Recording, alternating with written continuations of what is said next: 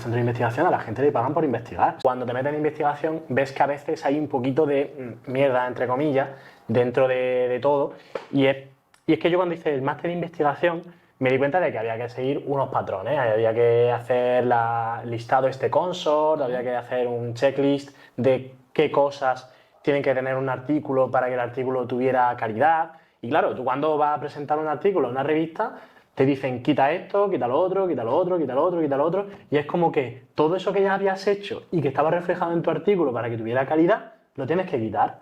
Lo adaptas, exacto. Claro, entonces eso es una putada porque la gente que no ha investigado piensa que es que ese artículo no tiene calidad. Pero no, claro, es que te han hecho quitar esas explicaciones de un artículo que tenía calidad. ¿Sabes? Entonces, claro, eso es una putada. No sé tú cómo lo ves, pero yo lo veo una putada. Realmente es tal cual. La versión final depende de lo que los revisores, por así decirlo, y el editor, pues le ha gustado. Tú siempre tienes que ser pues, fiel a unos principios y a tu idea, pero al final, si quieres publicar en esa revista, una revista es una editorial, es como un libro. La editorial Planeta tiene sus cánones de libros que le gusta publicar y de libros que no le gusta publicar. Y pasa exactamente igual con las publicaciones. Si tú coges una revista, pues esa revista tiene su forma de publicar, su forma incluso de hacer un manejo estadístico, el tipo de muestra al que va dirigido, y tienes que adaptarte un poquito a lo que ellos te van pidiendo. Al final yo he sido también revisor de muchas revistas de impacto, y tú le das tu punto de vista, pero si hay algo que no te convence, le pides que lo cambie. Y si los autores no te lo cambian, pues tú no se lo das por bueno. De manera que al final ellos tienen que pasar un poquito por el aro, hablando de plata, y adaptarlo. Aunque casi todas las publicaciones que están en JCR al final tienen un mínimo de calidad. Eso, tú pasas la escala Pedro y la mayoría son ECAs, están aleatorizados, tienen un proceso de selección objetiva, tienen un cribado, tienen un tipo de intervención, tienen su comité de ética, tienen una serie de requisitos pues que le confiere cierta validez. Sí es cierto que ninguna investigación es perfecta. Hace poco pues, estaba en la plaza de una compañera y hablaban de cositas que se pueden hacer en un proyecto de investigación. Y coincidía con una compañera en que si nos pusiésemos, éramos 5 en el tribunal, a decir todo lo que se puede hacer en un proyecto de investigación, sería tan largo que no se podría hacer nunca. Nunca hay un proyecto ni una investigación perfecta. Siempre hay una variable que se podía medir, siempre hay otro aspecto a tener en cuenta. Pero al final, tú que sí has trabajado también de forma empírica, que eso es importante, hacer un ECA, no es lo mismo hacer un metaanálisis que trabaja solo con datos que trabajar con pacientes. Claro. Que los sujetos que aparecen en un paper son pacientes con sus peculiaridades. Peculiaridades de ese ejercicio no me gusta, peculiaridades de me pinchaste el otro día y hoy me duele y no sé si me quiero que me pinche otra vez, peculiaridades de pues mi prima me ha dicho que es un fisio, que un vecino, que un no sé quién se lo hace de otra manera y tienes que luchar contra eso también. Y al final, pues ese tipo de adaptaciones, los que hemos trabajado con muestra real, somos los que nos podemos adaptar. Para mí tiene mucho más valor ese tipo de investigador, el que ha participado en un ECA, que un investigador que sea un erudito leyéndose 200.000 papers, que esté a la última de todo, pero que nunca haya trabajado experimentalmente. Porque los fisioterapeutas trabajan con pacientes, no trabajan con datos. Para que muchas veces muchos compañeros se quejan de que no tiene extrapolación, de que ese PubMed se queda para nosotros, para los científicos, y no llega al público. Y es cierto. Y además también yo estoy harto de ver a compañeros que se dedican a investigar, que tienen 70, 80 publicaciones y que el artículo que más citas tiene 15 citas. No. ¿Para qué quieres 80 artículos con un total de 40, 50, 60 citas entre todos? Las citas son las veces que se han utilizado para otro paper. Eso no tiene validez. ¿Para qué me vale a mí publicar una cosa que nunca se va a utilizar? Simplemente para el currículum, para ir acreditándote, para subir la carrera profesional, vale, es lícito. Pero no te quejes si luego eso no tiene transferencia, si no está en la guía clínica, si no publica algo interesante, la gente no lo va a coger. Ahora bien, si tú centras, por ejemplo, un problema que casi nadie le hacía caso, el alus valgus, te centras en el trabajo de alus valgus, la gente que tenga alus valgus, pues se va a interesar. O los fisioterapeutas que digan, pero eso se puede trabajar, no hace falta cirugía. ¿Se podrán derivar cirugía a cirugía? Pues si fracasa el tratamiento de fisioterapia, pero en muchos casos, ya lo pudiste ver, pues la gente mejoraba pues mucho y sobre todo la satisfacción y el boca a boca, y al final, pues ¿qué ha pasado? Que tienes tu propia tendencia o tu marca, ese alus valgus. Claro. Eso, ¿qué más transferencia que eso? ¿Qué más aplicación que los pacientes te busquen por eso? Ahora bien, en este caso, la difusión que hacéis en redes es interesante. porque la gente no se mete, mi prima que trabaja en el Carrefour no se mete en PubMed habitualmente, llámala rara, pero no pasa los sábados en PubMed. Yo sí, ¿ves? Más raro seré yo, muy probablemente, porque cuando me dice mujer, ¿qué estás haciendo? Y estoy ahí con el PubMed liado, y dice, pero Friquismo ahí. mira el marca como todo el mundo, ¿no? O el ASO. Pues al final es muy específico, pero en redes sí, tú estás tranquilamente en el sofá después de comer, sale un reel de ¿te gustaría mejorar tu salud de algo? Haz esto, o esta es la solución. Y la gente no hace falta que le ponga la referencia, que se lo pone mejor, ahí está por referencia. Pero sí que es una transferencia directa para esa paciente. Dice, yo tengo luz valgo y mira, este chaval me está comentando cómo se hace o cómo puedo mejorarlo. Tiene más transferencia al final que ese tipo de publicaciones que se quedan solo ahí en PubMed o en conocimiento científico. Claro, es que al final yo creo que está el ego científico, ¿no? Muchas veces investigamos por ego o publicamos por ego y realmente no pensamos en que todo eso que publicamos, todo eso que estamos aprendiendo, debemos transmitirlo al resto de gente, ya sea a otros profesionales, ya sea a los pacientes. Al final, si lo transmitimos a otros profesionales, pues esos profesionales se lo van a transmitir a pacientes. Si transmitimos directamente a pacientes, genial. Tiene que ser un lenguaje que entienda el paciente. Totalmente. Tradúcele ese artículo, no le hables en el idioma técnico porque no se va a enterar de nada. Yo, al final, llevo mucho tiempo en redes y es verdad que a mí, desde hace tiempo, pues algunos profesionales pues, me critican pues, porque tengo una forma de hablar muy simple, muy llana. ¿Qué pasa? Que me critican por la forma de hablar, me critican por la forma de explicar, porque es como todo demasiado fácil, dicen que las cosas no son tan fáciles, pero sin embargo es la forma de llegar a la gente, es la forma de que la gente aprenda de verdad. Y sinceramente creo que en esa parte de los artículos, de la ciencia, si no se traslada al día a día, no funciona de absolutamente nada. No puede ser que tengas esa forma de hablar tan técnica que no te entienda ni un profesional que está a tu lado. ¿Sabes? Entonces no se trata de hacerlo difícil, se trata de hacerlo simple para que la gente entienda. Lo que pasa es que lo utilizan muchos compañeros, estoy de acuerdo, en que cuanto menos se entienda, soy más listo. Es decir, si el paciente no se entera de lo que le he dicho en consulta, ese día me lo he currado. Ese día sí que soy bueno y te puedo cobrar 50 euros en vez de 40. Y creo que se equivocan, porque si el paciente no lo entiende, yo siempre digo una frase, te sonará también, soy muy pesado, en que el mejor ejercicio es el que se hace, en mi asignatura de fisioterapia deportiva, pero es que aquí pasa igual. El paciente, nos quejamos también los fisioterapeutas de la adherencia al tratamiento. ¿Cómo se va a adherir a un tratamiento si no sabe lo que le estás pidiendo? Si empieza a hablar de tenocitos y de cómo al final los condroblastos empiezan a maturar a los 5 minutos ese paciente se cree que le está hablando de personajes del Señor de los Anillos, que no sabe de qué le estás hablando. Sí. Si tú le explicas el concepto de carga, si le explicas por qué le duele, si le explicas, mira, va a hacer esto y es posible que mañana te duela más, pero es un paso para ir mejorando. Ese tipo de cosas es lo que el paciente finalmente le va a llegar. Tú en redes, cuando hagas un Instagram científico, pues tendrás que hablar de otra manera.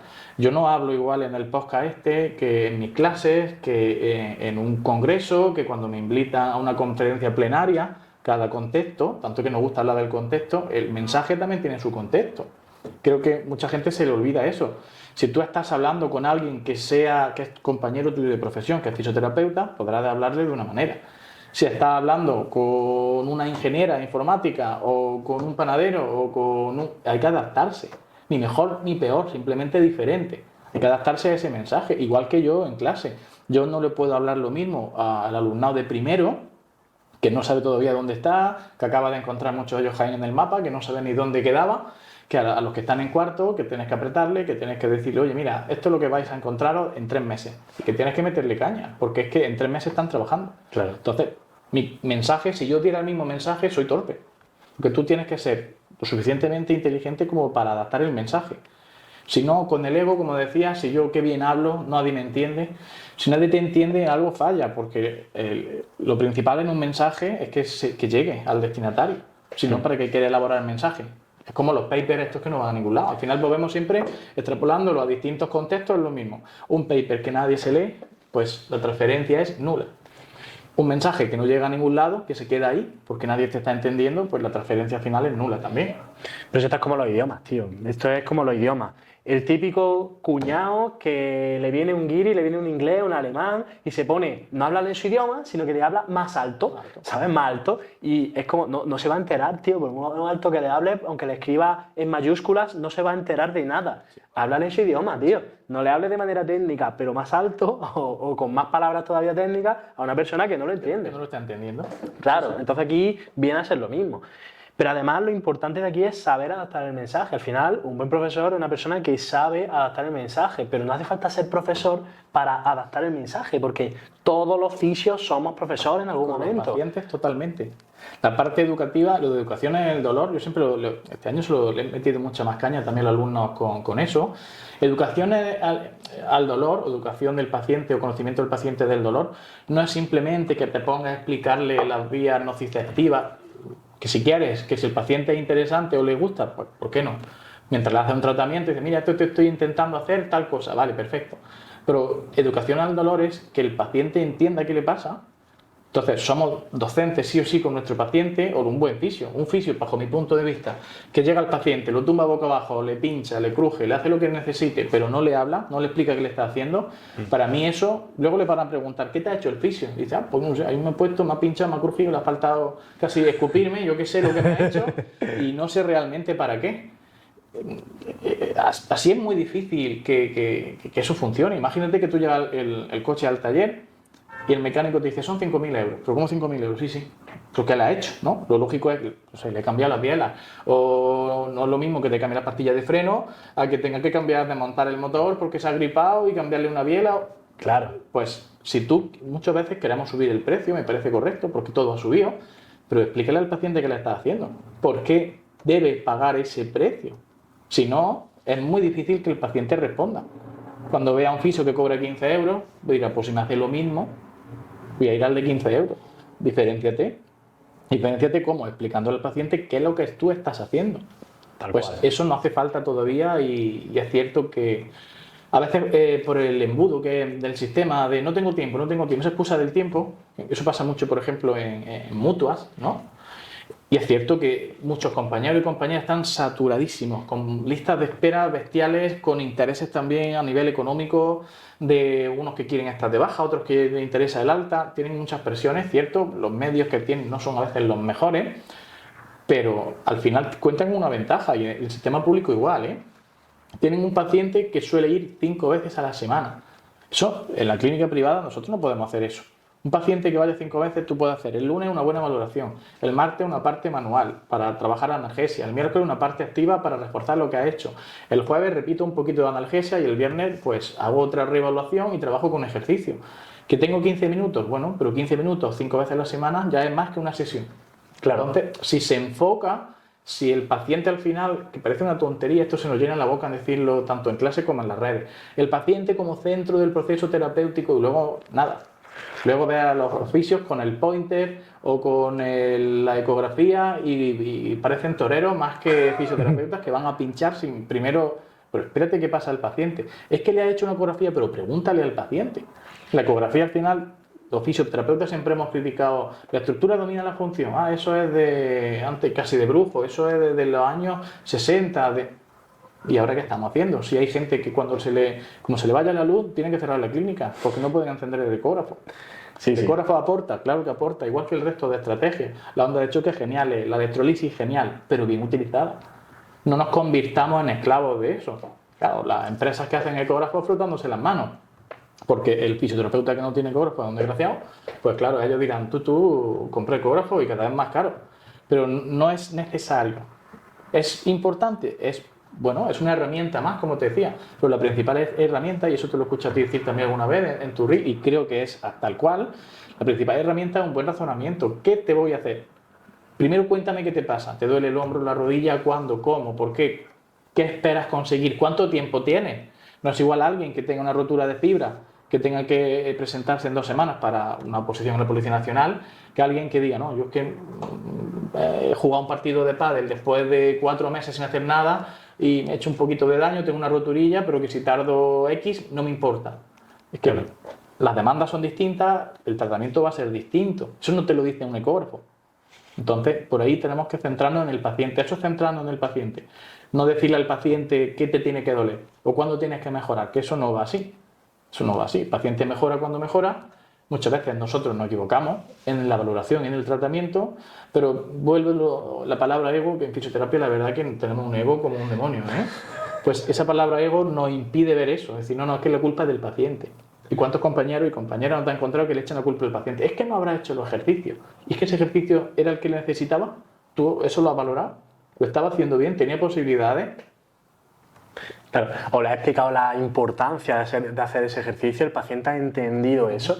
Dentro de la educación, tío, yo creo que lo hemos tergiversado un poco, porque es como que en Australia sí que es verdad que hacen investigación de educación, procesos de educación con diapositivas, explicando qué es el dolor, qué es eso, y es como que eso lo han utilizado ahí, pero a lo mejor en el contexto español, en el contexto latino, eso no funciona, ¿sabes? Entonces, el paciente en el tema de educación es importante que entienda su proceso, entienda su problema, pero hazle cosas en base al razonamiento que hayas tenido. No se trata de que te tiras toda la hora hablando con él, sino que realmente que sí, que puedas hablar con él, que sí, que le puedes evaluar, que le puedes hacer un montón de cosas, pero que la educación sea una parte importante que esté centrada de verdad en que el paciente aprenda, no en yo lanzar y escupir todo lo que sé, sino que el paciente realmente entienda lo que tiene y que sea algo que realmente el paciente comprenda, acepte e integre en su forma de ser, porque si no el paciente no va a terminar los ejercicios, no va a realizarlo. Y lo que decía antes, el mejor ejercicio es el que se hace. El paciente no va a hacerte un ejercicio si no hay una buena adherencia terapéutica. Entonces esa educación debe estar al servicio de la adherencia y esa educación debe estar al servicio también de esa mejoría del paciente. Si el paciente no mejora nada pronto, es muy probable que la adherencia se vaya, que la educación se vaya a la mierda y que eso no valga para absolutamente nada. Entonces, educar también es demostrar que algo funciona.